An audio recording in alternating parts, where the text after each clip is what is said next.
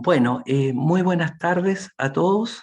Soy Enrique Silva y vamos a dar inicio al 10º webinar del ciclo de charlas que iniciamos en junio del año 2021 y que hemos denominado la minería como motor del desarrollo de Chile. Quisiera darle a todos los participantes y a aquellos que se van a integrar en los próximos minutos la más cordial bienvenida y agradecer profundamente a nuestros muy distinguidos invitados, Iván Herragá y Diego Hernández, por aceptar nuestra invitación a participar como panelistas en esta reunión. Hoy día volvemos a conversar sobre un tema que trabajamos en la primera sesión de estos webinars, el proyecto de royalty minero, contenido esta vez en la indicación sustitutiva y los cambios que propone el Ejecutivo al proyecto que se encuentra en la Comisión de Hacienda del Senado y que forma parte de la reforma tributaria. En mi opinión, y posiblemente muchos de ustedes compartirán conmigo, que el tema tributario en el sector minero es muy complejo y el proyecto ha sido objeto de análisis por varios o numerosos ejecutivos de la industria y académicos ligados al sector. Y aquí viene un juicio personal a partir de los cuales es posible extraer algunas conclusiones que a mí, por lo menos, me resultaron preocupantes.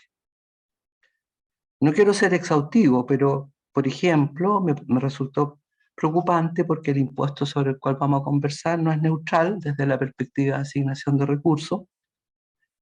En segundo lugar, he leído que la propuesta podría tener un impacto negativo y muy significativo sobre la producción y las inversiones del sector, que el impuesto propuesto podría afectar negativa y significativamente la competitividad de Chile en materia tributaria con respecto a otros distritos mineros en una industria que es global. En definitiva, el proyecto podría ser contradictorio con el objetivo de recuperar y profundizar una dinámica de desarrollo sostenible y competitiva del sector minero y del cobre en el mediano y largo plazo.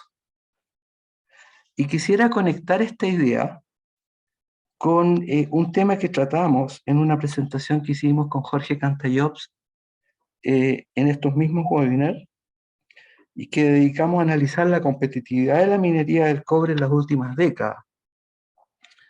Ahí dijimos o comentamos que desde el 90 al 2004 el sector tuvo un proceso de expansión muy acelerado, muy fuerte, pero que desde el 2004 a la fecha esa expansión, medida en términos de crecimiento de la producción, pasó a ser bastante más baja, incluso podríamos hasta calificarla de marginal. Entonces es un tema que tenemos que tener claro y presente. Lo segundo, las crecientes inversiones necesarias solo para mantener o incrementar marginalmente la producción. Y el gran desafío que representa, por ejemplo, mantener nuestra participación de mercado en el mediano y largo plazo. Y por último, para comentar el último tema, durante gran parte del periodo la minería del cobre perdió competitividad, y otra cosa que quiero aclarar, por si sale en la conversa, que incluso dentro de un mismo segmento minero, por ejemplo, la gran minería o las operaciones que tienen más de 50.000 de producción, etcétera, conviven operaciones que son bastante heterogéneas. En síntesis, en esta sesión nos ha parecido de gran interés o muy relevante para la proyección futura del sector conocer con más detalle, recabar y recapitular la opinión de la industria representada por nuestros dos invitados. Antes de darles la palabra, quería tomarme un segundo para presentarlos. Y yo sé que ustedes los conocen, pero igual me gustaría recapitular brevemente algunos temas.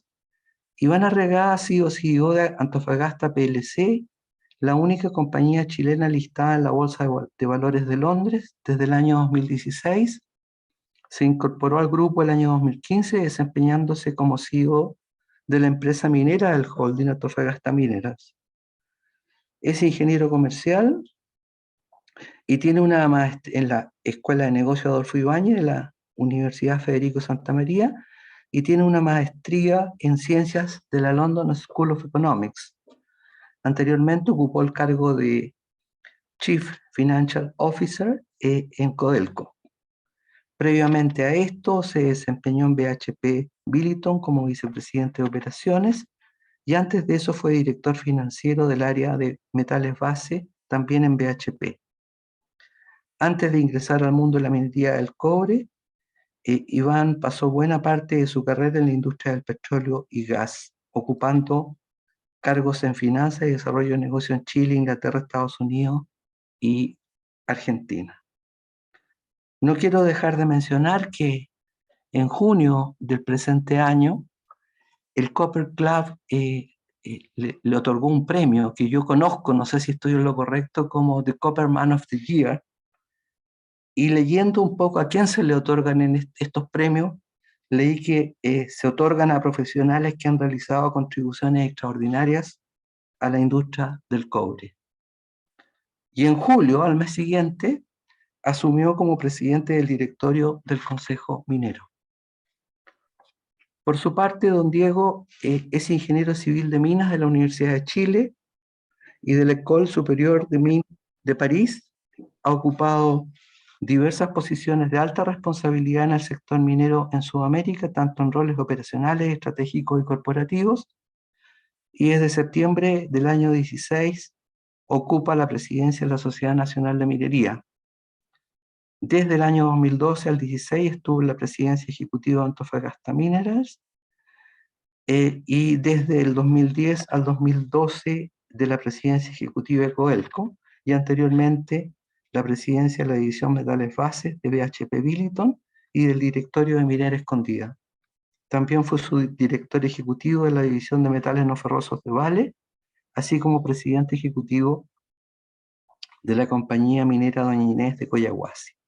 Ha sido asesor de minería del Grupo Minero Mexicano Peñoles, Fresnillo, y director de Nexa Resources con minas en Perú y Brasil.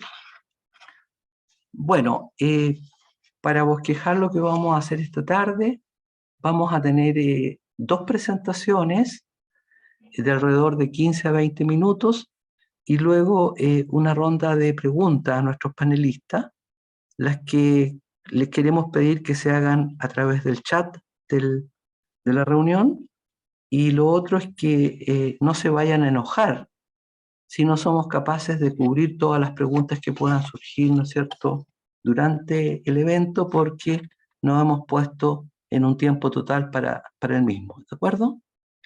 Entonces quisiera dar la palabra a Iván Arriagada para sus 20 minutos. Muchas gracias, Enrique. ¿Se escucha bien? Sí, se escucha perfecto. Muchísimas gracias por la invitación y un saludo también a Diego y al resto de los asistentes. Yo voy a hacer entonces algunas observaciones respecto del royalty o la propuesta de royalty. Hablo en esto a título personal. Entiendo que esta es una conversación en ese sentido en la que estamos conversando en esa capacidad. Yo primero que nada algunos comentarios generales. El primero que haría es que es importante que lo ha dicho la industria, que constatar de que en general hay una buena disposición del sector, y la ha habido, a entender los cambios que están ocurriendo y en particular la necesidad de poder financiar, que tiene el país, de poder financiar una agenda social que demanda un nivel de financiamiento distinto del punto de vista fiscal. Yo creo que la industria en ese sentido, y lo ha expresado varios de sus representantes, que existe esa disposición de reconocer, ¿no es cierto?, los tiempos que vivimos y los desafíos que tiene el país, particularmente en materia de moverse hacia un Estado con más acento en los derechos sociales. Así que yo quiero dejar eso establecido porque me parece que es una inspiración importante que tiene la industria de ser parte de ese proceso y de contribuir en ese financiamiento.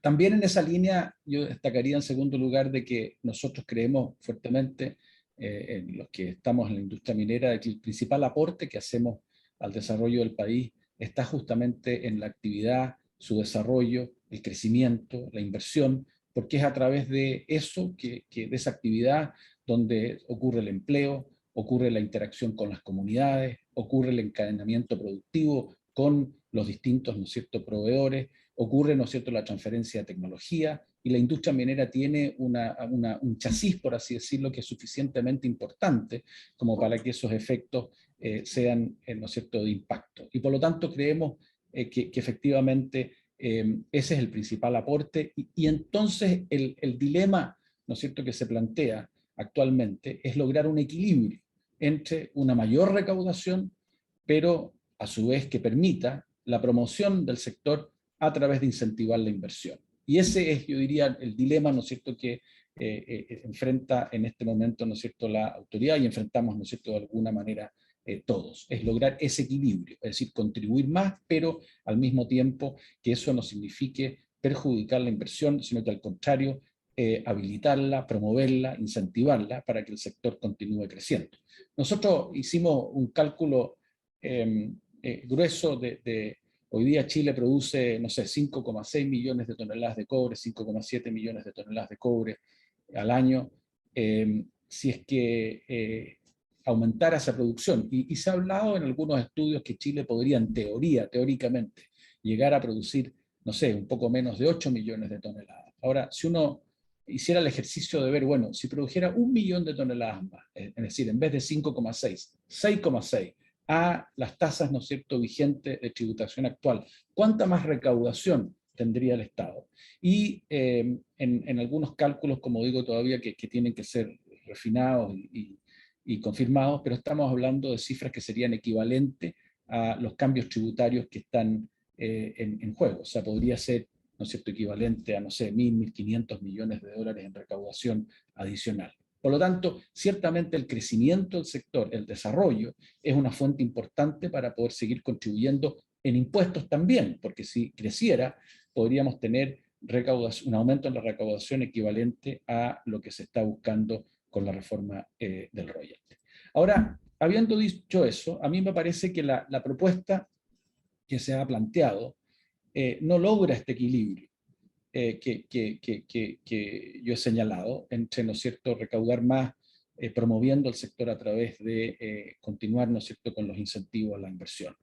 Ya que deja a la industria, a los proyectos en Chile, yo pienso en una condición competitiva desventajosa, y por lo tanto sería, yo pienso, si la reforma se hiciera en los términos que está propuesto, sería un retroceso desde el punto de vista de impactar, ¿no es cierto?, negativamente la inversión y reducir, por lo tanto, la inversión en el sector minero. Y creo y voy a explayarme con más precisión, pero creo que en el fondo, en el diseño, ¿no es cierto?, pienso que ignora en buena medida algunas de las características propias de esta industria, ¿no? Y menciono algunas. En primer lugar, la minería es una actividad de riesgo, que parte, ¿no es cierto?, como sabemos, con una incierta actividad de exploración y sigue con el desarrollo solo cuando la exploración ha sido exitosa. Y sabemos que la probabilidad de ser exitoso en las actividades de exploración es muy baja. Por lo tanto, requiere, ¿no es cierto?, que lo que moviliza la exploración es la promesa, ¿no es cierto?, de justamente tener un retorno que sea importante, dado el riesgo involucrado. Y eso no está, yo miro la estructura que se ha propuesto en la reforma, ¿no es cierto?, el royalty, y me parece que esto no está debidamente integrado, sino que asume de alguna manera un modelo como más estático digamos, donde la actividad de exploración, que es el inicio de la actividad minera, no fuera compensada por los riesgos que involucra.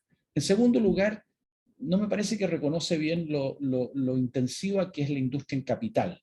Esta es una industria en la que se requiere, ¿no es cierto?, para la continuidad de la operación, un capital importante, sin eso involucrar necesariamente crecimiento. Y esto tiene que ver con lo que hay que hacer en materia de desarrollo mina, lo que hay que hacer en materia, ¿no es cierto?, de inversión de capital para la mantención, porque es una industria con una actividad que yo denominaría de desgaste, es decir, la infraestructura nuestra sufre desgaste, ¿no es cierto?, porque está construida sobre el principio de que tenemos, ¿no es cierto?, que transformar el cerro, ¿no es cierto?, en cobre, y esa es una actividad, por lo tanto, muy intensiva en capital, y particularmente en lo que tiene que ver con el capital para mantener nuestra infraestructura, que está sujeta a un desgaste prácticamente prácticamente por diseño. Esta propuesta no incorpora, por lo tanto, esta noción de que la inversión de capital, el gasto en inversión de capital, cuya contracara es la depreciación, es parte, ¿no es cierto?, de esta industria. Y en tercer lugar, yo creo que tampoco considera la gran diversidad de costos que tienen los yacimientos, dependiendo de su antigüedad, de las leyes, de los métodos de explotación, de la logística, sino que no contempla eso adecuadamente en algunos componentes, por lo menos, y esta es sumamente importante porque nosotros mismos en el grupo que yo, ¿no es cierto?, lidero, tenemos compañías que están en el primer cuartil de costo y otras que están en el cuarto cuartil de costo, tercer cuartil de costo, y son ciertamente muy distintas, responden de forma muy distinta a los ciclos de precios y por lo tanto tienen en ese sentido capacidades de pago muy diferentes. Así que eso como algunos elementos. Ahora voy a profundizar en dos cosas. Me parece que en materia de competitividad, la carga tributaria que impone esta reforma deja a la industria en una desventaja desde el punto de vista comparativo, cuando, ¿no es cierto?, lo vemos en comparación a otras jurisdicciones mineras. Y para poner esto en alguna perspectiva, el régimen actual en Chile representa, yo diría, uno puede, depende de los supuestos, pero bajo distintas modalidades, decir, sin, creo, riesgo a equivocarse grandemente, que el régimen actual tiene una tasa efectiva de impuestos que tiende a tener como media alrededor de entre no sé, 40% más o menos. Puede ser un poco menos, puede ser un poco más, pero es del orden entre un 38 y un 40%. Cuando uno mira el régimen propuesto, en distintos estudios y se han dado distintas cifras, pero voy a mencionar algunos que tengo aquí a mano, partiendo por algunos que pueden ser menos precisos y otros que son estudios más refinados. Pero el Banco de Inversiones Barclays, por ejemplo, sacó, ¿no es cierto?, un análisis preliminar donde sitúa la tasa de impuesto efectiva entre 52 y 59. O sea, nos moveríamos de un 40 a 52, 59. CRU, que es una consultora que es conocida, habla de que podría estar en el orden de un 60% promedio para el periodo 2024-2040. Un estudio de Juan Ignacio Guzmán habla de que podría en algunos escenarios llegar al 60%. Y quizás uno más reciente de Emilio Castillo y Jorge Valverde de la Universidad de Chile, sitúa, dependiendo de si son operaciones de costo alto o costo bajo y dependiendo del precio del cobre, las tasas efectivas en un rango entre 48 y 58. Es decir, bajo distintas premisas y uno de los desafíos que tenemos es esta convergencia en materia de números que tenemos que lograr, pero ciertamente pasaríamos de tasas que están cercanas al 40% a tasas que superan el 50%. Y ese salto yo creo que nos deja a nosotros con una desventaja cuando lo comparamos con otras jurisdicciones que son mineras, y eso significa, eso no es un objetivo en sí mismo, sino que lo que significa es que las inversiones, por lo tanto, se penalizan de una forma tal que eventualmente podrían frenarse y podrían detenerse.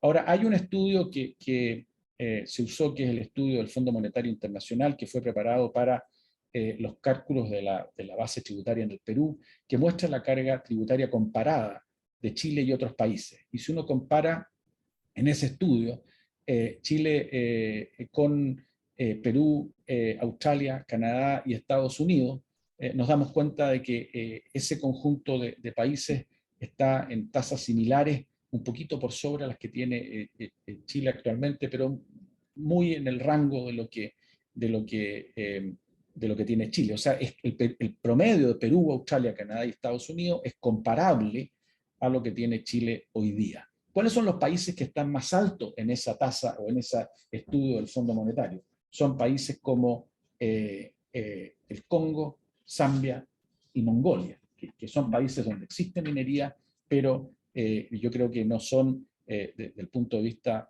comparable, los países con que nosotros nos gustaría, ¿no es cierto?, compararnos desde el punto de vista del desarrollo futuro, ¿no es cierto?, del sector. Ahora, cuando nos comparamos en ese estudio con Perú en el estudio del Fondo Monetario aparece con una carga tributaria del 41%, comparado con el 38% que nosotros tenemos. Otros estudios muestran, hay uno de Sesco, por ejemplo, que la diferencia entre Chile y Perú es de 5 puntos, o sea, 39 con 44. Por lo tanto, estamos en esos rangos. Y esto difiere, porque difiere de cómo se incorporan en el cálculo básicamente dos cosas. Uno es cómo se incorpora en el cálculo el 8% de distribución a los trabajadores, que es obligatorio en el Perú, y también cómo se contempla si uno usa la tasa que tiene Perú de invariabilidad tributaria, que es más alta, o sin invariabilidad tributaria. Y por lo tanto, bajo cualquiera de estos estudios, y reconociendo que es importante tener una convergencia en la base de comparación, Chile quedaría con la propuesta nueva con una carga tributaria que yo creo que pone a la inversión minera en desventaja y con un riesgo de que por lo tanto esta se vea francamente disminuida. Así que ese es un primer elemento que yo creo que es importante. En el diseño tributario, más allá de la carga, yo creo que uno de los aspectos que es reconocidamente, digamos, complejo es el componente ad valorem que tiene la propuesta tributaria. Sobre todo porque ha sido llevada a tasas que son relativamente altas, y el problema que tiene el ad valorem es que no reconoce la diferencia que existe entre, ¿no es cierto?, distintas compañías que tienen condiciones de costo distintos. Por lo tanto, tiende a ser regresiva, es decir, resultan tasas efectivas cuando uno las calcula sobre la capacidad de pago medida por margen, tiende a ser regresivo porque tiende a poner tasas más grandes en aquellos que tienen menos margen. Y yo creo que eso está dentro de lo que no buscaríamos, ¿no es cierto?, en el diseño tributario, que aquellos que tengan menor capacidad de pago terminen pagando porcentualmente más impuestos. Por lo tanto, eso es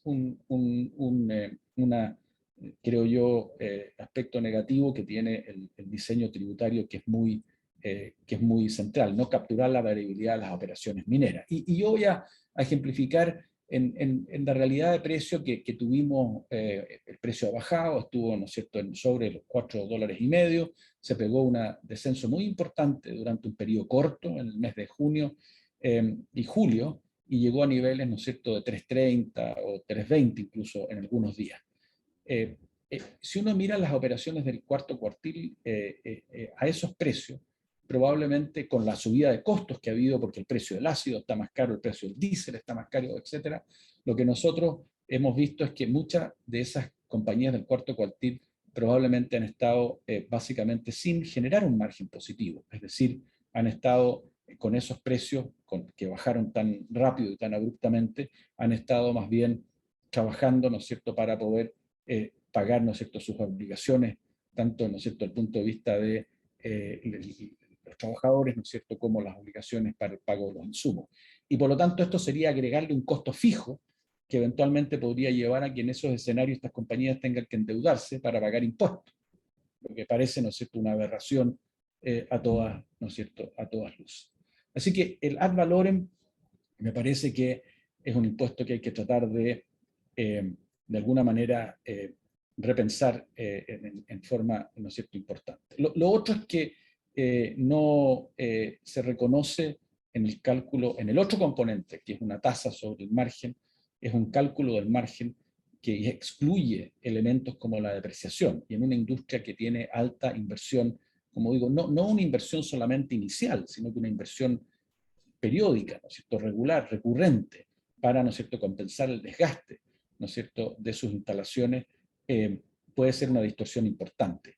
En el grupo que yo lidero, nosotros invertimos del orden de $1.000 millones al año en lo que llamamos capital de sustentabilidad, o sea, inversiones que tienen que ver con mantener la capacidad existente, o sea, no son cifras menores. Los estimados que yo he visto que la industria en Chile probablemente está invirtiendo entre 5 y 6 o más billones al año en este tipo, ¿no es cierto?, de inversión que es necesaria para mantener y compensar el desgaste natural que tienen nuestras instalaciones. Así que en el diseño a mí me parece que esos dos factores son digamos, factores que de alguna manera negativos en el diseño, el ad valorem y el hecho de no poder incorporar la depreciación dentro del margen. Ahora, con esto termino. Algunos otros comentarios. Me parece que la reforma también incluye otros aspectos. Uno de ellos es un fondo regional, pero sin embargo que está desindexado de el royalty, y por lo tanto es financiado con la ley general o con la ley de presupuesto general, no del royalty. Y yo creo que es importante tratar de que en esta ocasión efectivamente existe un fondo regional, pero que genere vínculo con la localidad de entorno y la actividad minera, y que por lo tanto esté vinculado, ¿no es cierto?, de alguna manera a el tributo, y no sea sencillamente un diseño que obedezca, ¿no es cierto?, a financiamiento de ley de presupuesto general. Nos gustaría mucho me gustaría mucho a mí que hubiese un acento particular en los destinos regionales, ¿no es cierto?, para el producto de este cambio tributario. Y después, dos últimas cosas. Creo que también la reforma incluye un impuesto del 1,8% a las utilidades no distribuidas en sociedades, ¿no es cierto?, que pueden ser intermedias. Y yo creo que en la minería se da mucho que el producto, ¿no es cierto?, de una operación se reinvierta en otro proyecto, y para eso se utilizan, ¿no es cierto?, las utilidades no distribuidas en sociedades que reciben, por lo tanto, el producto, ¿no es cierto?, de la actividad minera, y son destinadas o redestinadas a la inversión en otra actividad. Y si eso está grabado con 1,8% en términos de que estas fueron utilidades que ya pagaron impuestos, ahí se produce una distorsión. Y lo otro es el límite a las pérdidas acumuladas, que solo pueden ser el 50%, utilizarse hasta el 50% de la renta líquida anual. También yo creo que es algo que en inversiones que han sido muy significativas, y tenemos varios proyectos en Chile donde ha habido, ¿no es cierto?, inversiones importantes que todavía les queda mucho tiempo para ser recuperadas. Esto puede ser también un factor que digamos que de alguna manera introduzca, ¿no es cierto?, una distorsión. Así que eso quiero decir como resumen. Como digo, nosotros reiterar la disposición que se ha manifestado el sector para participar, y el dilema aquí es lograr un equilibrio adecuado entre recaudación y mantener los incentivos para que la actividad continúe en la minería creciendo, desarrollándose, que es donde están los principales aportes,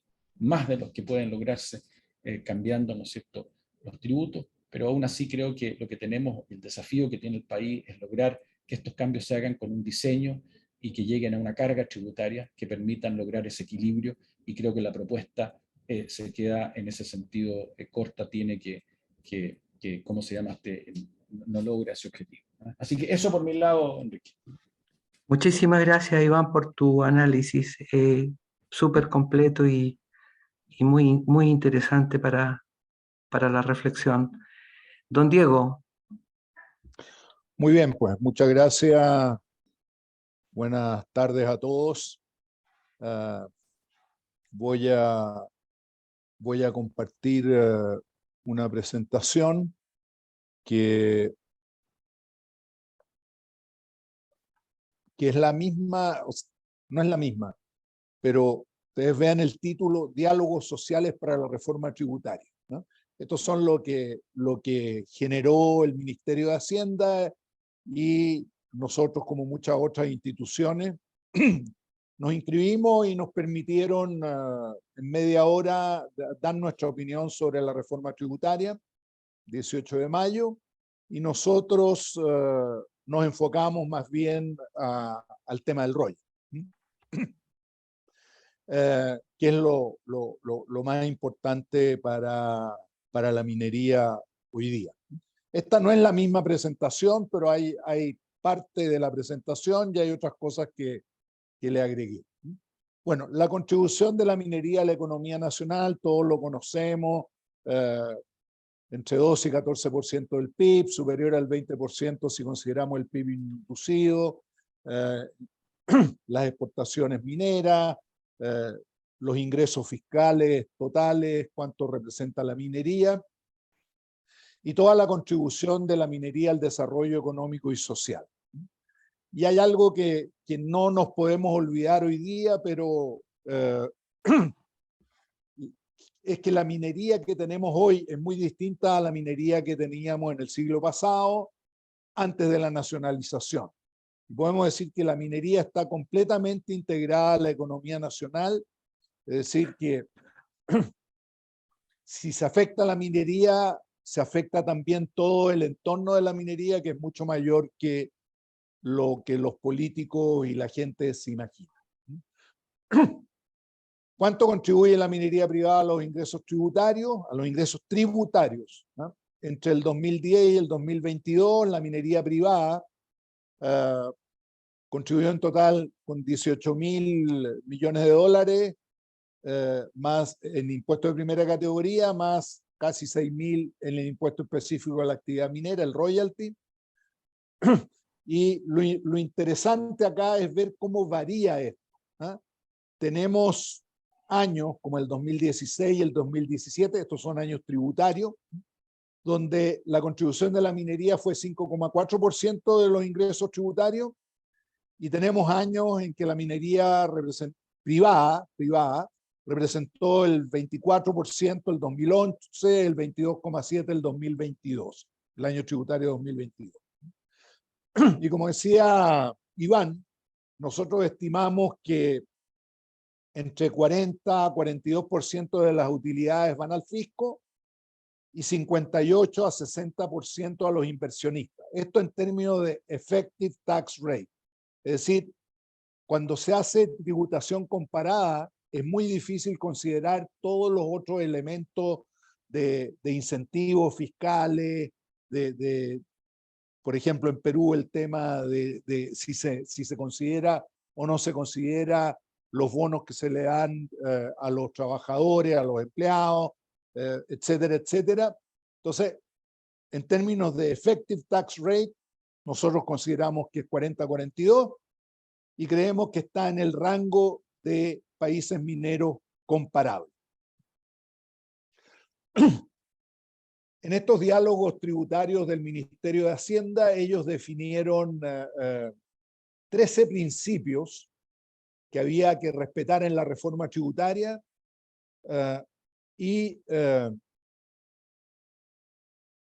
en relación a la minería nos referiremos a 3 de estos principios que establece el Ministerio de Hacienda para hacer una reforma tributaria buena. El principio número 3, que es el consenso respecto a la necesidad de fomentar la inversión pública y privada, responsabilidad fiscal y justicia distributiva. El número 4, necesidad de proveer certeza jurídica a los contribuyentes y responder a la evolución de las necesidades y preferencias de la ciudadanía. El número 12, sobre los impuestos que gravan la renta económica, reducir los incentivos a la captura de rentas, potenciar los incentivos a la inversión y desarrollo de capacidades productivas. Lo que está en negrita ahí es lo que nos interesa a nosotros y lo que vamos a comentar. Primero, los consensos respecto a la necesidad de fomentar la inversión pública y privada. Creemos que lo que está hoy día, el proyecto de ley que está en el Congreso y al que el Ejecutivo le hizo las indicaciones, no respeta este equilibrio entre tributación y desarrollo de la actividad. Y lo mejora un poco en relación a lo que salió de la Cámara de Diputados, que era claramente excesivo, pero creemos que todavía no respeta, no obtiene un equilibrio en tributación y desarrollo de la actividad.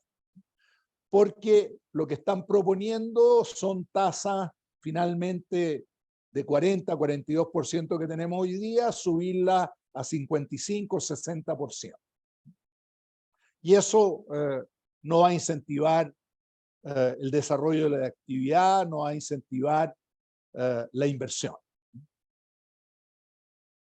Y tampoco esto no está relacionado con la reforma tributaria, pero también tenemos que considerar los pilares que permitieron la construcción del parque productivo actual y que hoy día están en veremos en otra, tanto en la Constitución como en otras instancias a la que nosotros también estamos expuestos, como son los permisos ambientales. Y los pilares fueron el Código de Minería, con la certeza con los derechos mineros, la existencia del Comité de Inversiones Extranjeras, que fomentaba la inversión extranjera y era el vehículo para los contratos de inversión extranjera, y el DL600 con los contratos de estabilidad tributaria. De esos tres elementos nos queda solamente el Código de Minería y en la nueva Constitución, si es que es aprobada, facilita mucho por mayoría simple el cambio del código, y eso es otra preocupación que tenemos, que también va contra esto de la necesidad de fomentar la inversión privada. El principio número 4, necesidad de proveer certeza jurídica a los contribuyentes. Somos una actividad de uso intensivo de capital, tenemos el riesgo minero al que Iván se refirió, necesitamos una visión de largo plazo, tenemos una cartera de proyectos competitiva, pero de calidad promedio. Y eso hay que considerarlo, me voy a referir un poco a eso más adelante. Y hay una necesidad de nuevos proyectos de cobre a nivel mundial por el aumento de la demanda futura para combatir el cambio climático, tanto en energías renovables como en electromovilidad principalmente, y es una oportunidad para lo que nosotros llamamos el cobre verde. Aquí el riesgo minero no necesito explicárselo a todos ustedes, pero el riesgo minero es distinto al riesgo de otras actividades económicas, es un riesgo alto, y los factores que incrementan o mitigan este riesgo es la estabilidad jurídica, la estabilidad política y la estabilidad tributaria, y eso es lo que Chile necesita para hacer atractivo esta cartera de proyectos que está ahí sin desarrollar. Y sobre los impuestos que gravan la renta económica, el royalty ad valorem versus el impuesto específico a la actividad minera, creemos que el impuesto específico a la actividad minera es no es regresivo y es mucho más justo, considerando que el margen operacional no depende solo del precio del cobre, que es lo que está proponiendo el Ministerio de Hacienda. Amarrar el royalty al precio del cobre, creemos que no corresponde. Nos vamos a referir también a la competitividad de las minas chilenas, a la heterogeneidad del parque productivo, y nuevamente creemos, repito, que el ad valorem es regresivo y es en el fondo equivalente a la renta presunta. La pequeña minería está muy preocupada, muchos de ellos, porque la reforma tributaria finalmente va a terminar el presunto. Poniendo el gobierno con el royalty ad valorem es equivalente a una renta presunta. Una parte de nuestros impuestos van a ser renta presunta y creemos que eso no se justifica.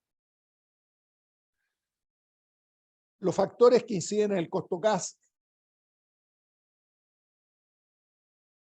y de los subproductos es muy importante, pero no es el único. Y aquí listamos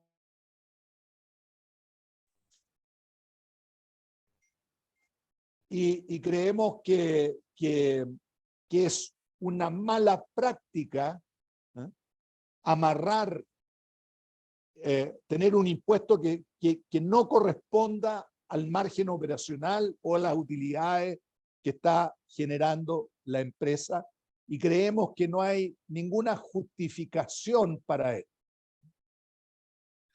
Después, un poco la competitividad de las minas chilenas que de repente nos olvidamos.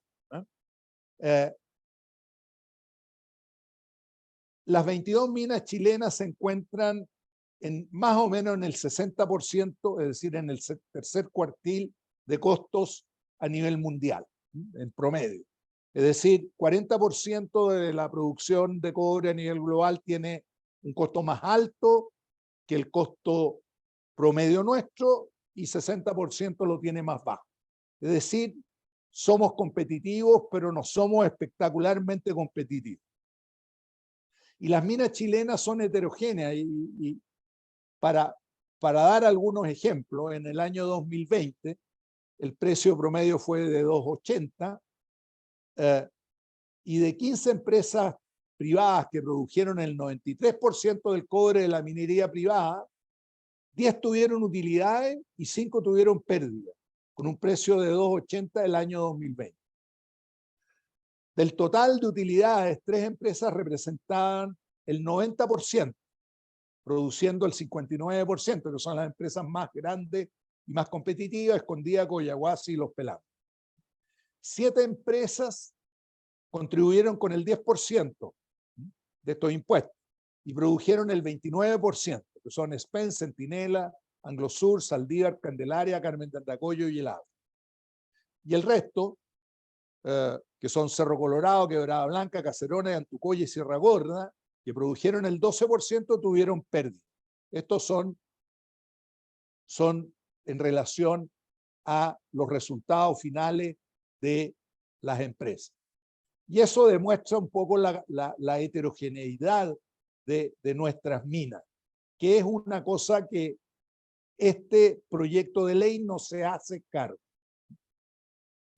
Aquí me voy a referir a un tema también que ya no se conversa mucho, pero que fue bastante complicado porque se argumentaba que había que colocar un royalty porque las empresas mineras no eran fiscalizadas y hacían trampa en las exportaciones.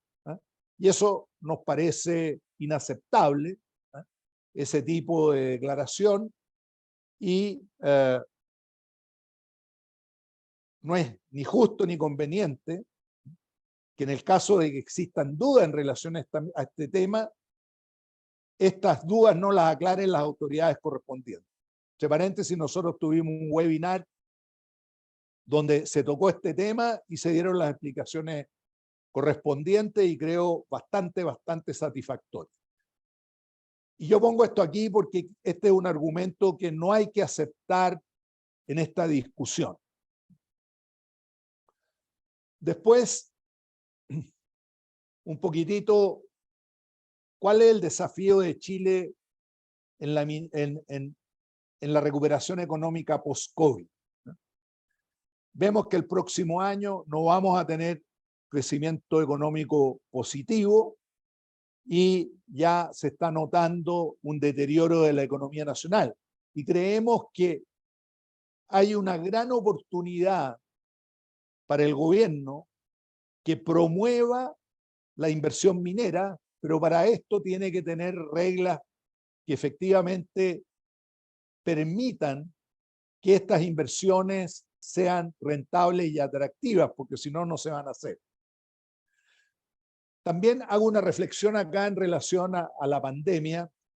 Tuvimos el 2019 el estallido social y posteriormente la pandemia, el COVID-19, y la minería nacional fue capaz de mantener la continuidad operacional y mantener la cadena de pago, porque tenemos una cultura de protocolo de seguridad que aplicando la misma metodología a los protocolos sanitarios, con una cultura madura y resiliente y el apoyo de los trabajadores y su familia y de las autoridades, fuimos capaces de mantener la actividad productiva. Y nosotros pensábamos que ese era, y creemos que fue un gran aporte al país y a la economía nacional. Pero ese aporte no fue reconocido. No ha sido reconocido porque se diluyó, porque el país optó por, en el fondo, utilizar sus ahorros, fondos de la AFP, crédito y fondos que tenía el Estado para poder pasar este periodo. Pero ese periodo ya se acaba y esas platas también se acaban, y de aquí para adelante necesitamos reactivar la economía nacional y necesitamos puestos de trabajo, y creo que este es un elemento que el gobierno, y particularmente el Ministerio de Hacienda, tiene que considerar. ¿Qué es lo que proponemos nosotros? Modificar la escala del impuesto específico a la actividad minera para aumentar la recaudación, porque creemos que esa estructura preserva el parque productivo que tenemos actualmente. Una estructura ad valorem o una estructura en función de las toneladas producidas y en función del precio del cobre, distorsiona esto. Y creemos que finalmente, en la medida que se complica la tributación y que finalmente una mina es rentable o no rentable dependiendo del tamaño que tiene y dependiendo del precio del cobre, dependiendo de una serie de factores que finalmente enmascaran para nuestra